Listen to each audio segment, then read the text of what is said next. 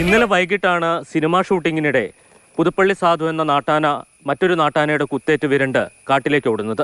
മലയാറ്റൂർ റിസർവിന്റെ ഭാഗമായിട്ടുള്ള ഭൂതത്താൻകെട്ട് വനമേഖലയിലേക്കാണ് ആന ഓടിയത്. ആന ഉടമകളും അതോടൊപ്പം തന്നെ വനംവകുപ്പ് ഉദ്യോഗസ്ഥരും ചേർന്ന് രാത്രി 7 മണിവരെ തിരച്ചിൽ നടത്തിയെങ്കിലും ആനയെ കണ്ടെത്താൻ കഴിഞ്ഞില്ല. ഇന്ന് രാവിലെ വീണ്ടും തിരച്ചിൽ ആരംഭിച്ചു. ഏതാണ്ട് 3 മണിക്കൂർ നീണ്ട തിരച്ചിലിനൊടുവിലാണ് ആനയെ കണ്ടെത്തിയത്. ആന ഏതാണ്ട് 200 മീറ്റർ അകലെയാണ് നിന്നിരുന്നത്. ആന ഇച്ചിരി ഉള്ളിലേക്ക് കയറി പോയി. പിന്നെ ആന അങ്ങനെ ചവിട്ട് പോയി. ആനയുടെ ചുവട് നോക്കി ഞങ്ങളിങ്ങനെ പോയി അവസാനം ഒരു 8 ആയപ്പോഴത്തേക്ക് ഇത് കണ്ടുപിടിച്ചു.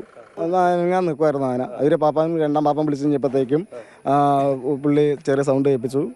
അപ്പം അവർക്ക് മനസ്സിലായി, കാരണം അവരെ മേയ്ക്കുന്ന ഉടമയാണെന്നുള്ള മനസ്സിലായി. അതുകൊണ്ട് ഒരു കുഴപ്പമില്ലായിരുന്നു.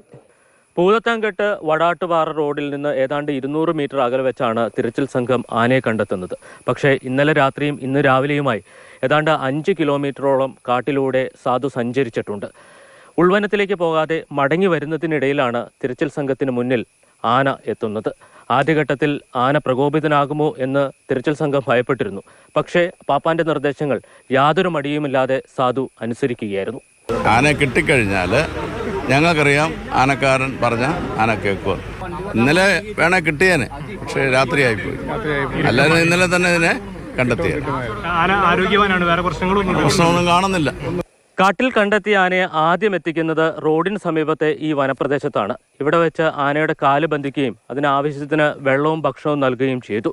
ആദ്യ പരിശോധനയിൽ ആനയ്ക്ക് കാര്യമായിട്ടുള്ള ആരോഗ്യ പ്രശ്നങ്ങളില്ല എന്നുള്ളതാണ് വൈദ്യസംഘത്തിന്റെ കണ്ടെത്തൽ. അതിനുശേഷമാണ് സമീപത്തേക്ക് എലിഫന്റ് ആംബുലൻസ് എത്തുകയും അതിനെ വാഹനത്തിലേക്ക് കയറ്റുകയും ചെയ്തത്. സാധു വളരെ സാധുവായി തന്നെ വാഹനത്തിലേക്ക് സ്വയം കയറുകയും ചെയ്തു.